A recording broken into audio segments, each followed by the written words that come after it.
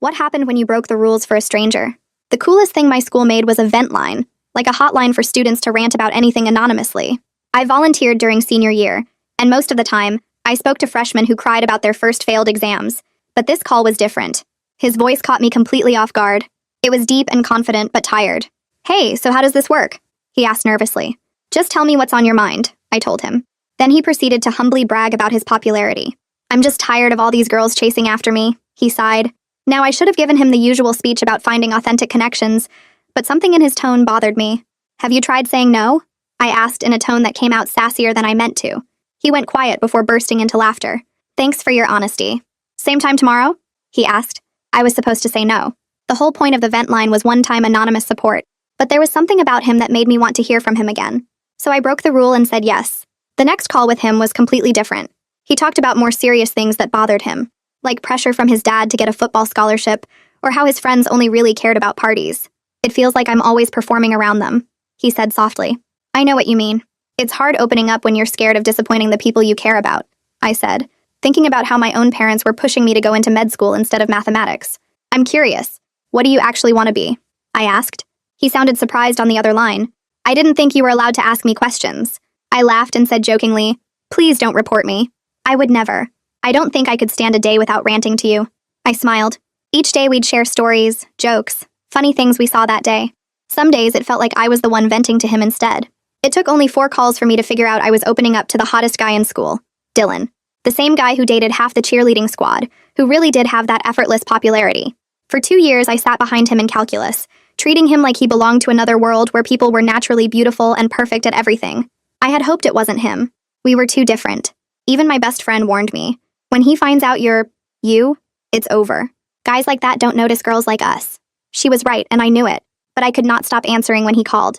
Every time he said, "I wish I could meet you," my heart broke a little more because I knew this had to end soon. But before I could, Dylan confessed, "You know, I felt alone in this school before I met you. And I wanted to tell you that the way you talk makes me smile. And your laugh, it's like the best sound in the world. I know you're scared of meeting me, and I promise I'll wait until you're ready. But I had to let you know that I like you. And I hope you like me too." I fought back tears, just listening to the kindest thing anyone had ever said to me. I almost told him who I was right then. Almost. I spent all day thinking about his confession, imagining how he'd react when I told him my name. Would he be angry? Would he be upset that it's some nerdy nobody in school? But I knew deep down he wouldn't. I had to risk it. But I didn't get the chance to call him again, because the next morning his confession played during morning announcements. The entire school heard him talking about feeling lonely and falling for some mystery girl. But the clips were edited to make him sound pathetic and desperate. I watched people in class laugh at him, and suddenly the untouchable Dylan became a joke. I felt awful. He found me after school at the vent line station, bursting through the doors with a hurt expression. "It was you?" His face went pale. "You recorded me?" "No, I swear I would never do that," I cried out. "I trusted you with everything." His voice cracked. "You're just like everyone else. Probably did it so people would finally notice you, right? Thanks." He ran off, slamming the door just as I broke down. There was one thing I didn't get. The vent lines were supposed to be secure. I kept thinking about who had access to that hallway and cornered Roy in the computer lab. "You set up the recording, didn't you?" He apologized immediately, showing me his email exchange with Dylan's ex-girlfriend. "She threatened me," Roy said, shaking. "I didn't think she'd do something so messed up." "I swear." "Make it right," I told him. He nodded and followed me to the cafeteria, walking straight to the ex-girlfriend with the evidence. "Oh, you, loser alert," she laughed, looking at me with a smug expression. "I don't care what you call me. You hurt Dylan, all because he hurt your ego." Roy played out the real confession, the beautiful uncut version. Students crowded around to look at the evidence and instantly cornered her, calling out her lies and evil plan. Dylan walked over just as the crowd dispersed. His eyes moved from Roy's phone, still playing the uncut confession, to me standing near the ex-girlfriend's table. The cafeteria felt too quiet even though people were still talking around us. Dylan opened his mouth like he wanted to say something, his face showing confusion and hurt mixed together. Then he closed it again and turned toward the exit. I watched him walk away fast, his backpack bouncing against his shoulders. My heart pounded so hard I could feel it in my throat. I wanted to run after him, but my feet wouldn't move. Roy looked at me with worried eyes, and the ex-girlfriend grabbed her stuff and left through the other door. The rest of the day felt weird. Between classes, I heard whispers everywhere in the hallways. Kids pulled out their phones and compared the real confession to the edited version that played during morning announcements. I saw 3 different groups huddled around phones, rewatching both versions. People who laughed at Dylan this morning now glared at his ex-girlfriend when she walked past. At one point, I heard 2 girls near the water fountain talking about her. One said she was psycho for doing something so messed up. The other one called her obsessed and said Dylan dodged a bullet breaking up with her. The ex kept her head down and walked faster whenever people stared. Some kids whispered behind their hands when she passed. The social shift happened so fast it made my head spin. My best friend found me at my locker after 5th period. She didn't say much, just stayed close while everyone stared at me too. People knew I was the vent line volunteer now. We walked to class together, and in the stairwell she stopped and turned to me. She laid out a plan in a quiet voice. I needed to apologize to Dylan properly, not just through other people. I needed to report my own rule breaking to the vent line advisor because that mattered even if I didn't cause the leak. And I needed to make sure Roy didn't take all the blame when the ex-girlfriend literally threatened him. Her plan made sense, but it scared me. Admitting I broke the rules could mean losing my volunteer position. But she was right. I couldn't let Roy face everything alone. I spent my free period in the library at one of the computers in the back corner. I opened a new document and started writing a detailed statement about everything I did wrong. I explained how I broke vent line protocol by agreeing to talk to Dylan multiple times instead of just once. I wrote about why I did it, how I felt a real connection and wanted to keep talking to him. I explained exactly what conversations we had, and when I figured out who he was. My hands shook as I typed because I knew this statement could end my volunteer work. The vent line meant a lot to me. Helping other students made me feel useful. But I couldn't let Roy be the only one facing consequences when I created the problem by breaking the rules first. I saved the document and printed it out, reading it 3 times to make sure I included everything. After school, I walked to the vent line advisor's office on the 2nd floor. My hands were still shaking when I knocked. Lori Bradshaw opened the door and let me in. I handed her my statement without saying anything at first. She sat down at her desk and started reading. I watched her face get more and more serious as she read each paragraph. She set the paper down carefully when she finished and looked at me for a long moment. Then she told me the vent line was being temporarily suspended. They needed to audit all the security systems and review every protocol to figure out how this happened. Her voice was calm but firm. I nodded and felt my stomach drop. The program was on hold because of what I did and what the ex-girlfriend did. All those students who needed help couldn't call anymore. The next morning, I sat in homeroom waiting for announcements. The principal's voice came through the speakers with the usual stuff about club meetings and sports schedules. Then he made a brief statement that the vent line was on hold pending a security review. I heard mixed reactions around me right away. Some students groaned because they actually used the resource. 2 kids behind me muttered that it was probably for the best after what happened. Another girl said she hoped it came back soon because it really helped her last semester. I sank lower in my seat knowing I was part of why something helpful got taken away. My best friend caught my eye from across the room and gave me a small nod. She was trying to be supportive, but I still felt terrible. In calculus class, Dylan sat in his usual seat right in front of me. His shoulders looked tense and he kept his head down. He didn't turn around once during the whole period, not even when the teacher handed back our quizzes. Before class started, his teammates tried joking with him. They made kissing noises and asked about his mystery girl in stupid voices. Dylan turned and looked at them with an expression that made them stop immediately. They backed off and left him alone after that. I stared at the back of his head the entire class, wanting to say something but knowing this wasn't the right time. He copied notes from the board and worked on practice problems, but I could tell his mind was somewhere else. When the bell rang, he grabbed his stuff and left fast. During lunch, I sat alone in the cafeteria and pulled out a notebook. I started drafting an apology note to Dylan. I tried to explain that I never recorded him and would never do something like that. I wrote that I broke the rules because I genuinely cared about our conversations, not because I wanted to humiliate him or get attention. The first version sounded too defensive. I crumpled it up and tried again. The second version sounded too casual. The third one was too long and rambling. By the 4th try, I had something that felt honest and simple. But then I couldn't figure out how to give it to him directly. Walking up to him felt wrong after everything. Leaving it in his locker seemed creepy. I folded the note up and stuck it in my backpack, planning to figure it out later. The next afternoon, Lori Bradshaw called me back to her office. We sat across from each other at her desk and she pulled out a folder with papers about the vent line. She went over everything that went wrong with the security. She explained how confidentiality was supposed to work and what the investigation would look like going forward. She wasn't angry exactly, but she seemed disappointed. Her voice stayed steady and thorough as she made sure I understood how my rule breaking created a vulnerability in the system. Even though I didn't cause the actual leak, I made it possible by having multiple conversations that weren't supposed to happen. I listened and nodded and answered her questions honestly. She wrote notes while we talked. By the end, I felt exhausted, but also relieved that she was being fair about separating my mistake from the ex-girlfriend's deliberate sabotage. Assistant Principal Derek Franklin started a formal inquiry that same day. I saw Roy getting called down to the office during last period. Later, I spotted him leaving the main office looking pale and shaky. His hands were trembling and he kept looking at the floor. I realized he was probably more scared than anyone else because he actually installed the recording equipment, even though the ex-girlfriend threatened him into doing it.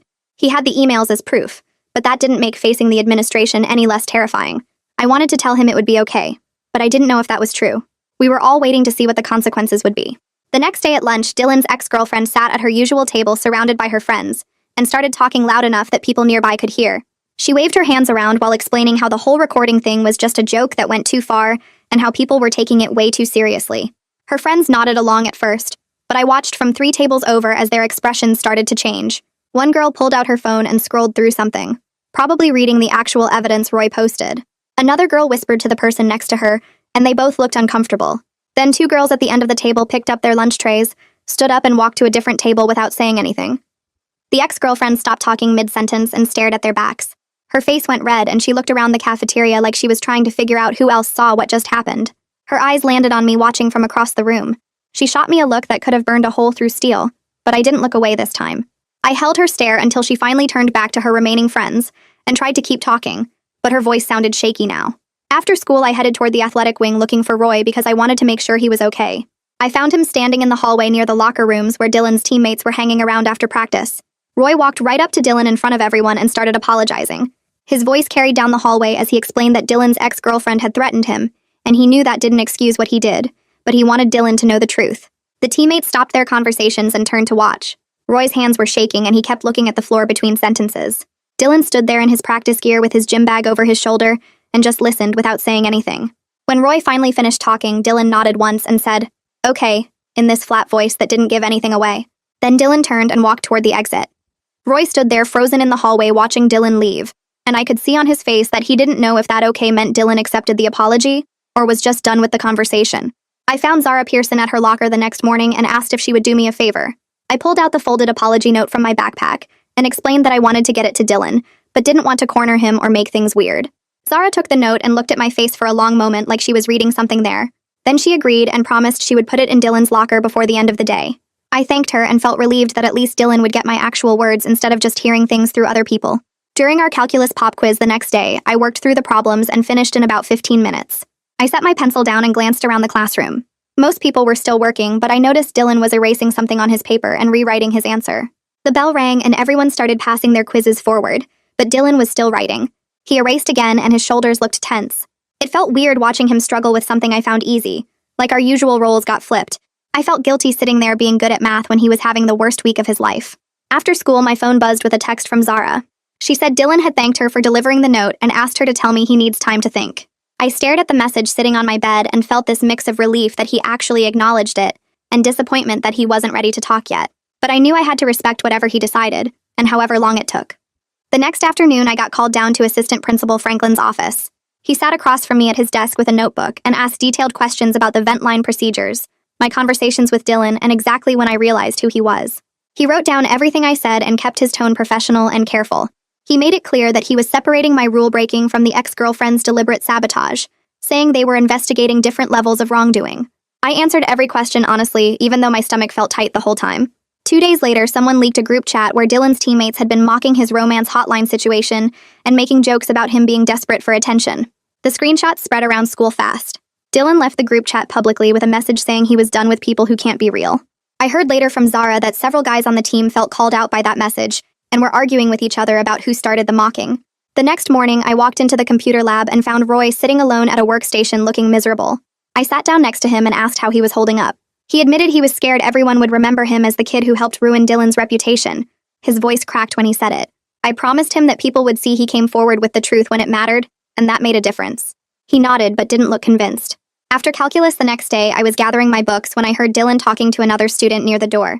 He said something about people who actually have your back versus people who just want to be seen with you. He glanced at me for half a second before leaving the classroom. I stood there holding my textbook trying to figure out if he was talking about me or someone else, but I couldn't tell from his expression. That afternoon, Lori Bradshaw called me to her office and showed me a draft of the new vent line reforms. She walked me through each change, including mandatory 2-person shifts, no hallway access without a staff member present, and upgraded tech security with something called encryption. I read through the document and felt cautiously hopeful that something good might come from this mess, even though it didn't fix what already happened. That evening, I walked through my front door and smelled dinner cooking, which usually meant my parents wanted to talk about something serious. They were already sitting at the table when I came into the kitchen, and my mom gestured for me to sit down across from them. My dad set down his phone and folded his hands together in that way that meant he'd been planning what to say. They started talking about the pre-med information seminar happening next Tuesday night, the same night as my math club regional competition meeting. My mom listed all the doctors in our extended family and how stable the career path was, while my dad pulled up statistics about medical school acceptance rates on his tablet. They took turns explaining why the seminar was more important than a math competition, saying I could do math club events anytime, but this seminar only happened once a year. I sat there pushing rice around my plate and feeling that familiar tightness in my chest, the pressure to just nod and agree and make them happy. My mom reached across the table and squeezed my hand, asking me to please just consider their perspective because they only wanted what was best for my future. I looked at both of them and saw how much they believed they were helping me, which somehow made it harder to disagree. After dinner, I went up to my room and stared at my phone for 20 minutes before finally typing out a message to my parents. I told them I was choosing the math club meeting and would get the seminar materials online later. My hands actually shook when I hit send, and I heard my mom's disappointed sigh from downstairs even though my door was closed. It was such a small act of saying no to them, but it felt huge, like I was finally picking what I wanted instead of what they wanted. I knew they'd be upset when I got home from the school the next day, probably ready with more reasons why I was making a mistake. The next afternoon, Zara caught up with Dylan near his locker and mentioned there was a student listening session about the vent line happening later that week. She suggested he might want to hear what other people experienced with the program, how it helped them through tough situations. Dylan shrugged and said he'd think about it, not really committing either way, and Zara didn't push. She texted me during last period saying she brought it up and thought Dylan was actually considering going, even though he acted like he didn't care. The listening session happened Thursday after school in the library conference room. I got there early and helped set up the circle of chairs, watching as about 15 students trickled in over the next 10 minutes. Dylan showed up right as it started, sliding into a seat in the back row with his hood pulled up over his head. He slouched down and crossed his arms, but his eyes tracked every person who spoke. A freshman girl talked about calling the vent line after her parents' divorce, and a junior guy shared how talking to someone anonymous helped him figure out he needed actual therapy. Dylan didn't say anything the whole hour, but I could see him leaning forward slightly during certain stories, clearly paying attention even though he was trying to look disconnected. When the session ended, he left quickly without making eye contact with anyone. Friday morning, Assistant Principal Franklin's voice came through the intercom during homeroom with an announcement about the investigation. He explained that they'd completed the initial inquiry and determined that Dylan's ex-girlfriend had planned and carried out the leak, while another student had been forced to help under threat. Both students would face disciplinary consequences that were still being decided. The classroom went completely quiet as he spoke, and I watched several students pull out their phones to text people about the official confirmation. At lunch, I saw the ex-girlfriend sitting at her usual table, but her two closest friends had moved to the other end, leaving an obvious gap between them. She stared down at her food tray and didn't look up when people walked past her table. That night, Dylan's ex posted something on Instagram about how people didn't understand the full story and how she was turned into a villain for one mistake. The comments filled up fast with people calling her out for playing victim and refusing to take real responsibility. I saw the post on my feed and felt the urge to screenshot it or comment something, but I forced myself to close the app instead. Getting involved would just make everything messier, and she'd probably find a way to twist anything I said. Monday after calculus, I was putting my textbook in my bag when Dylan walked over to my desk. He stood there for a second before saying quietly that he'd heard my note and wasn't ready to talk yet, but he knew I wasn't behind the leak. He left before I could respond, heading out the door while I stood there frozen with my backpack half-zipped. I felt something lift off my chest, knowing he at least believed I hadn't betrayed him, even if he still needed space. Tuesday morning, Lori Bradshaw called me down to her office during second period. She had me sit across from her desk and explained that I'd be temporarily removed from vent line shifts as a consequence for breaking the one-call protocol. She was careful to say my rule breaking was different from what the ex-girlfriend did, but consequences still mattered even when someone's intentions were good. I nodded and told her I understood, not arguing because I knew I had broken the rules regardless of why. She said I could reapply after completing retraining in a few weeks, and I left her office feeling like I'd been held accountable in a way that was fair, even though it stung. That evening, I walked past the football field on my way to the bus stop and saw Dylan's dad standing on the sideline watching practice. Dylan was running drills with the other players, but I noticed his shoulders got tighter and his movements more careful the moment he spotted his father. After practice ended, I hung back near the fence and watched Dylan's dad walk him to the parking lot, with his hand clamped on Dylan's shoulder, leaning in close and talking about something I couldn't hear. Dylan's face looked blank, but his jaw was clenched tight. Wednesday after school, I was tutoring a JV football player in the library, helping him work through quadratic equations. He was struggling with factoring when he suddenly mentioned that Dylan had told him I was really good at explaining math without making people feel stupid. I paused with my pencil hovering over his worksheet, surprised because it meant Dylan had noticed me helping other students even before all this drama happened. The JV player asked if I did regular tutoring sessions, and I said yes while my brain was still processing that Dylan had recommended me to his teammate. That evening, I checked my school email before bed and found a message from Derek Franklin with the subject line, Restorative Circle Invitation. My finger hovered over the trackpad for a second before I clicked it open.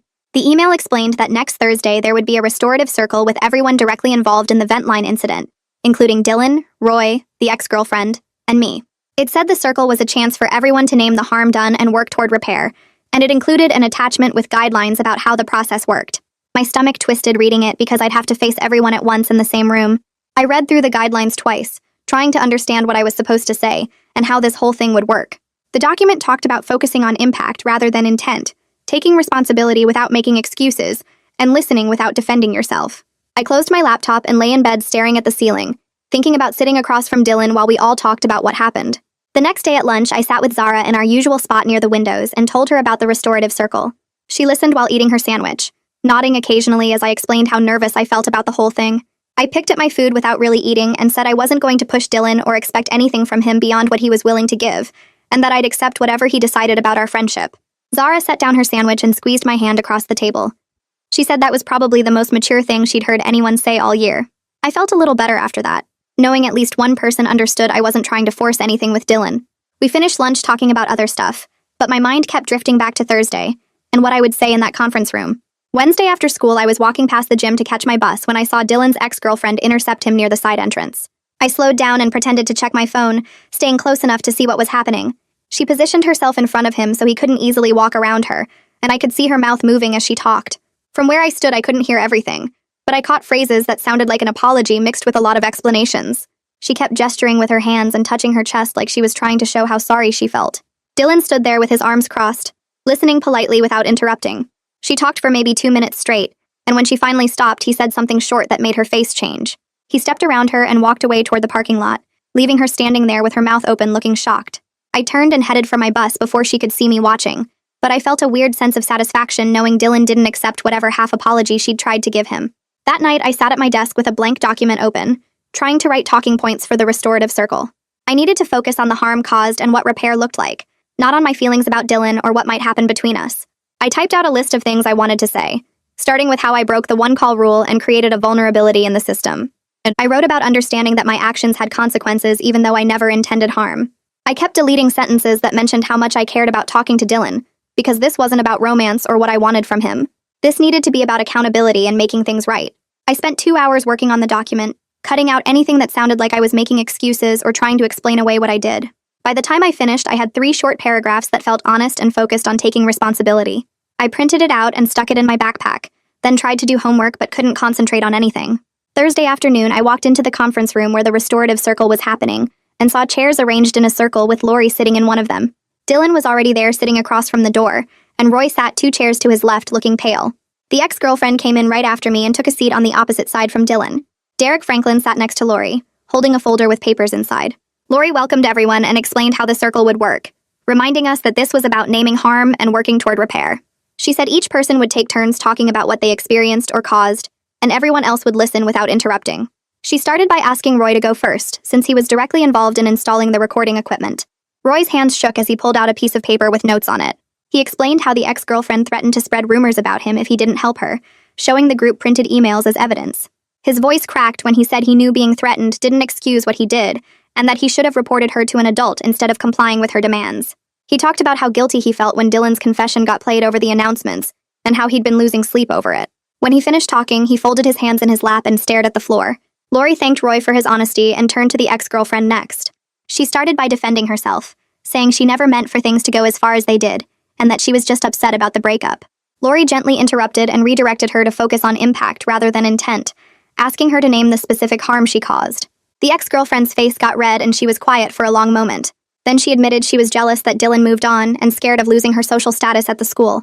She said she wanted to hurt him the way she felt hurt, and she didn't think about how public humiliation would affect him beyond just embarrassing him for a day. Her voice got shaky, and tears started running down her face as she talked about watching everyone turn against her and realizing how serious what she'd done was. She said she was scared of the consequences and ashamed that she'd been so cruel to someone she used to care about. I watched her cry and could tell some of it was genuine shame mixed with fear of what would happen to her. She wiped her eyes with her sleeve and apologized directly to Dylan, Roy, and me for the harm she caused. Lori nodded and looked at me, indicating it was my turn. I pulled out my printed talking points and smoothed them on my lap. I explained how I broke the one-call rule because I felt a real connection with Dylan and wanted to keep talking to him. I said I took full responsibility for creating a vulnerability in the system, even though I never intended harm, and I understood that my rule-breaking made it possible for someone else to exploit that vulnerability. I talked about how I should have reported my own protocol violation to Lori instead of continuing the calls in secret. Dylan watched me the whole time I was talking, his expression unreadable but his eyes focused on my face. I kept my voice steady and avoided looking at him directly, because I didn't want to seem like I was trying to appeal to him personally. When I finished, I folded my paper and set it on my lap, feeling my heart pound in my chest. Dylan went last, sitting forward in his chair with his hands clasped between his knees. He said he felt betrayed and humiliated when his private feelings got broadcast to the school, especially because he'd trusted the vent line to be a safe space. He talked about how the edited clips made him sound pathetic and desperate, and how people he thought were his friends laughed at him in the hallways. But then he said he'd been thinking a lot over the past week, and realized he also wasn't being honest with himself about how lonely he was. He admitted he'd been performing for everyone around him for so long that he forgot what it felt like to just be himself. He looked at me directly and said he misdirected his anger at me when he should have asked more questions, and he apologized for accusing me in the cafeteria, without knowing the full story. His voice was quiet but clear, and I could see his jaw working as he talked. When he finished, everyone sat in silence for a moment until Lori thanked him for his honesty. Lori pulled out a document and explained that the next step was writing up agreements about how each person would repair the harm they caused. She went around the circle asking each of us what we thought fair consequences would be. The ex-girlfriend agreed to complete service hours creating counseling PSAs about digital privacy and healthy relationships. Roy volunteered to assist with implementing new tech safeguards for the vent line and other student programs. I accepted retraining before returning to the vent line, acknowledging that I needed to understand the protocols better. Dylan said he didn't want any further vent line contact, but would participate in the listening session about how the program helped students. Derek Franklin typed up the agreements on his laptop while we waited, then printed copies for everyone to sign. We each took turns signing our names at the bottom, and I felt the tension in the room ease slightly as people started gathering their things. The ex-girlfriend left first, walking out quickly without looking at anyone. Roy thanked Lori and Derek before heading out, and I started packing up my printed talking points. Dylan stood up and caught my eye, then asked quietly if he could talk to me privately. I nodded and followed him out of the conference room, walking through the empty hallways toward the back exit. We pushed through the doors and headed to the track, the sun starting to set and turning everything orange and pink. I let him lead the conversation, not wanting to push or assume anything about what he needed to say. We walked around the track once without saying anything, just our footsteps crunching on the gravel and the sound of wind hitting the bleachers. The second lap felt longer because I kept waiting for him to start talking, but he just stared ahead with his hands in his pockets. Finally, he stopped near the starting line and turned to face me. He said he needed someone to listen without judging him, and that he was sorry for thinking I would use his feelings against him. His voice was quiet but steady, and I could tell he meant it. I told him I was sorry for breaking the rules that were supposed to protect him, even though I really cared about our conversations and never wanted to hurt him. He nodded slowly and we started walking again, this time with less tension between us. Dylan mentioned he was planning to tell his dad he wanted to look at colleges beyond just football programs, places with strong business departments where he could actually figure out what he wanted. He asked if I would be his friend while he worked through all that, while he stopped trying to be what everyone expected. I said yes immediately, and suggested we try being friends in daylight with no secrets this time. He smiled for the first time since this whole thing started, and it made his whole face look different, lighter somehow. We walked back toward the parking lot and said goodbye without making it weird, just a simple see you Monday kind of thing. That evening, I printed out a list of math scholarships and competition opportunities I had been researching for weeks, but never showed my parents. I sat them down at the kitchen table after dinner and laid out everything, asking them to let me focus on mathematics for one semester before committing to the pre-med track. My mom frowned at the papers and my dad crossed his arms, both of them looking worried. They started listing concerns about career prospects and job security, saying math was fine as a hobby but medicine was practical. I stayed calm and explained that I needed to explore what I was actually good at and passionate about, not just what sounded safe. I showed them the scholarship amounts and the competition prizes, pointing out that math could lead to research positions or data science careers that paid well. My mom picked up one of the scholarship applications and read through it slowly, while my dad asked questions about backup plans. My parents looked at each other for a long moment before my dad said they would agree to a trial semester. I could pursue math more seriously as long as I kept my grades up and still applied to a range of colleges, including some pre-med programs. My mom added that we would revisit the decision at winter break to see how things were going. It was not total freedom, but it was way more than I expected, and I felt something shift inside me like I had just taken a real step toward choosing my own path. I thanked them and cleaned up the papers, heading to my room to start working on the first scholarship application. 2 days later, Assistant Principal Franklin made an announcement during morning homeroom about the final consequences from the investigation. The ex-girlfriend lost her student council leadership role temporarily and had to complete her service hours creating counseling materials. Roy was on probation but could participate in the tech safety project. I was reinstated to the vent line after completing retraining sessions. Franklin also mentioned that the program would reboot next month with new security protocols and better oversight. Kids around me in homeroom whispered about whether the punishments were fair, and I heard someone say they were glad the vent line was coming back. Lori made a public statement during the next morning's announcements, explaining the new vent line protocols in detail. She talked about mandatory security measures, the two-person shift system, and how student privacy would be protected going forward. She thanked everyone who came forward with information, and emphasized that the program existed to help students, not hurt them. After the announcement ended, 3 different students stopped me in the hallway between classes. One girl said she was really glad the program was coming back because she had used it last year when her parents were getting divorced. A freshman asked when shifts would start again because his friend needed to talk to someone. Another student just nodded at me and said thanks for not giving up on it. Their words made me feel like maybe something good could still come from all this mess. Dylan had the conversation with his dad over the weekend. Monday morning, my phone buzzed with a text from him saying it was tense but not explosive. They agreed to visit 2 colleges together that had strong programs beyond athletics, places where Dylan could explore business or communications. I texted back a simple message saying I was proud of him. He responded with a thumbs up emoji and nothing else. But that felt right somehow, like we were figuring out how to communicate without all the pressure. Saturday afternoon, Dylan and I met at a coffee shop near school for our first real hangout as friends. We kept it short like we agreed, just an hour to talk about normal stuff. We discussed upcoming calculus tests and college application deadlines, carefully steering away from anything heavy. He told me about the 2 schools he and his dad were visiting next month. I mentioned the math competition I was preparing for. It felt surprisingly normal even though we were both clearly being cautious, testing out what this friendship would look like. When we left, he said, "See you Monday," and I said, "Yeah, see you," and that was it. Simple and honest. The following week, I returned to Ventline training with Lori. She explained the new co-volunteer model where 2 people would always be present during shifts, making everything more transparent and accountable. She paired me with Zara for my first shift back, and we spent 2 hours going over the updated protocols and security measures. Having someone else in the room made the whole thing feel safer, like there was backup if anything went wrong. Zara was easy to work with, asking good questions and taking notes on everything Lori explained. When our first actual shift started later that week, we handled 2 calls together, and it felt completely different from before, more professional, but also more secure. Roy presented the new tech safeguards to student council the same week, standing at the front of the room with his laptop connected to the projector.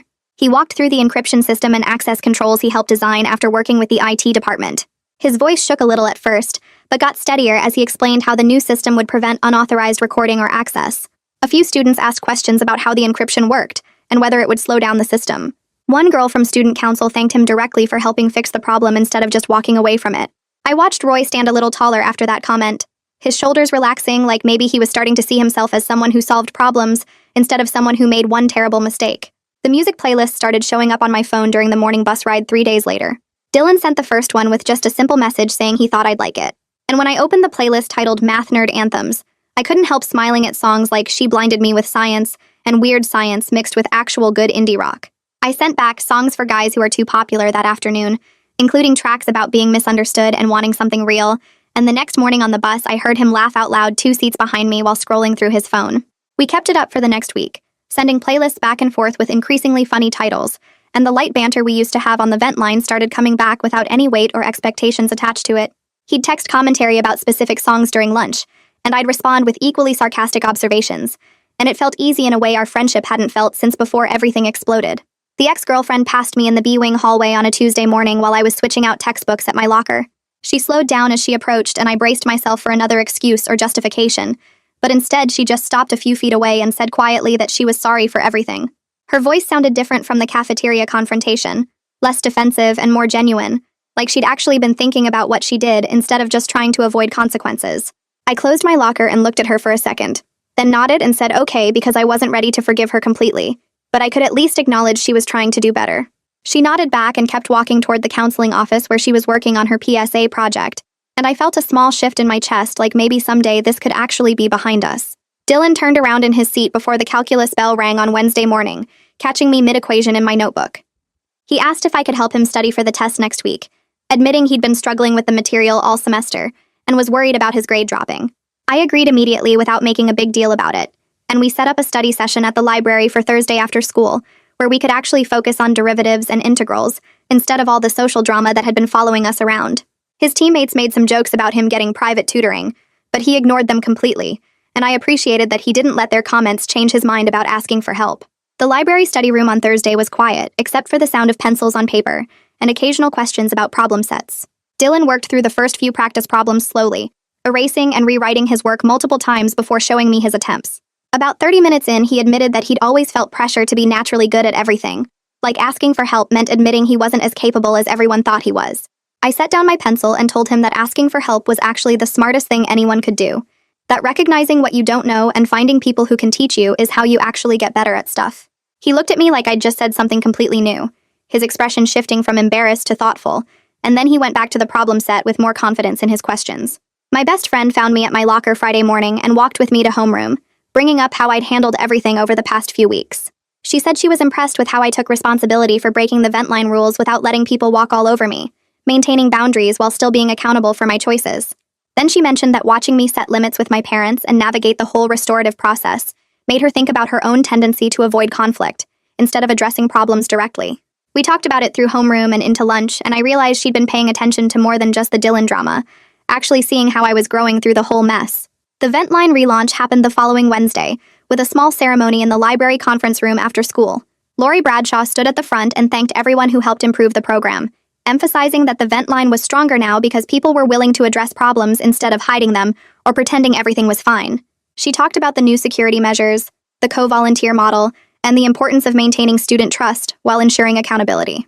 I worked my first shift back that same evening with Zara, and we helped 3 students with regular school stress stuff, like upcoming exams, friend drama, and college application anxiety.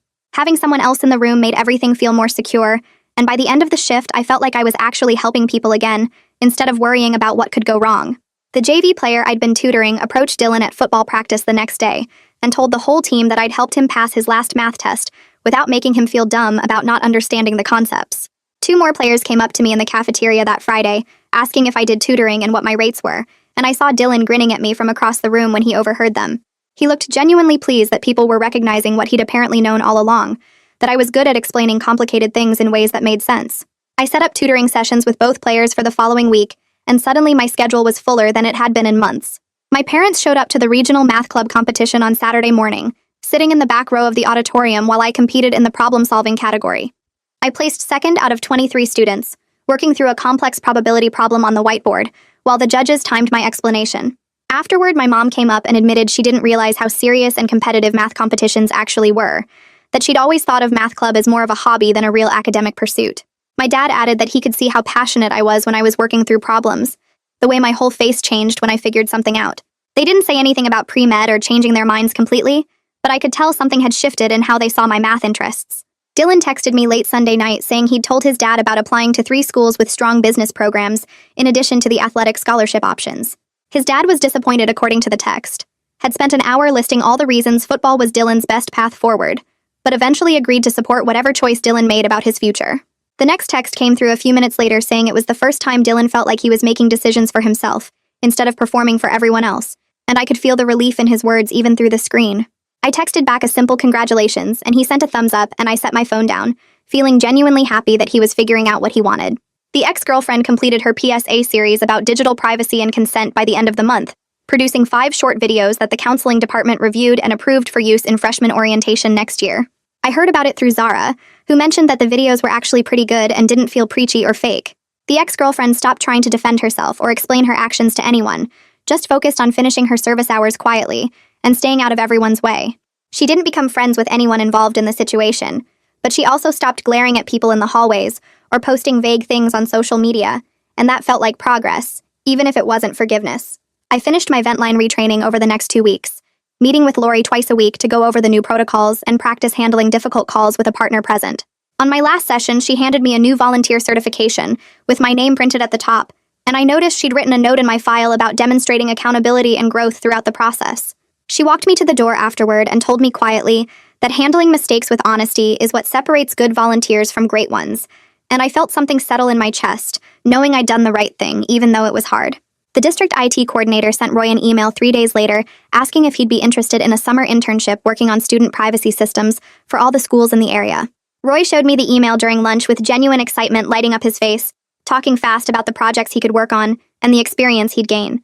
I realized while listening to him that he was starting to see himself as someone who solves problems instead of someone who made one big mistake, and that shift felt important somehow. Dylan and I fell into an easy friendship rhythm over the following weeks, where we studied together twice a week at the library, exchanged playlists constantly through text, and talked about random stuff without any pressure about what we were or weren't. It felt comfortable and real in a way the anonymous phone calls never could because we were both just ourselves, no performing or hiding behind voices. He'd send me songs he thought I'd like for studying, and I'd send him math memes that actually made him laugh, and sometimes we'd just sit in comfortable silence working through homework side by side. The ex-girlfriend approached me one last time near the end of the semester when I was walking to my car after school. She stopped a few feet away and said she knows I don't have to forgive her, but she wants me to know she understands what she did was wrong. I looked at her for a moment, seeing someone who was genuinely trying to make things right instead of just avoiding consequences, and I told her I appreciate that she's doing the work to fix what she broke. We left it there. Not friends, but not enemies either. Just two people who went through something hard and came out different on the other side. Looking back now, I realize the vent line taught me that rules matter because they protect people, but boundaries matter too because they protect yourself. I'm not hiding behind anonymity anymore or pretending to be someone I'm not. I'm just me, the girl who's good at math and bad at following rules when she cares about someone, and Dylan sees me exactly as I am. We're taking things slow and honest, figuring out friendship first, and for the first time in my life, I feel like I'm being seen on my own terms, instead of trying to fit into someone else's expectations. And that's my side of things. Now I want to know how you'd have handled it. Seriously, I read everything. Drop your thoughts in the comments and let's see all the different perspectives. You always come through with the best ideas.